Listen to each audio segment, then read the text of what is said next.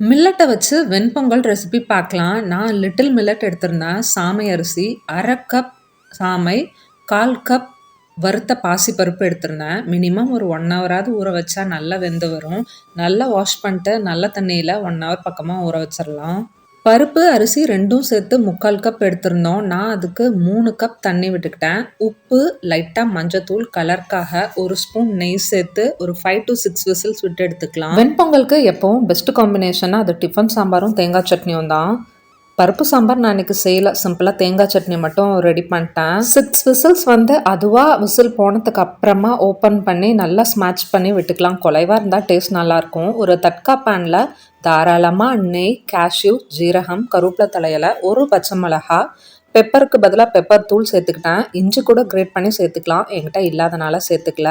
இந்த தாளிப்பை ஸ்மாட்ச் பண்ணி வச்சுருக்க மில்லட் பருப்பு கூட சேர்த்துட்டு கூடவே 1 கப் காய்ச்சி ஆற வச்ச பால் சேர்த்து ஒரு 2 மினிட்ஸ் கொதி விட்டு இறக்குனா சூப்பரான க்ரீமி டெக்ஸ்சரில் வெண்பொங்கல் ரெடி ஆயிரும். ட்ரை பண்ணி பாருங்கள்.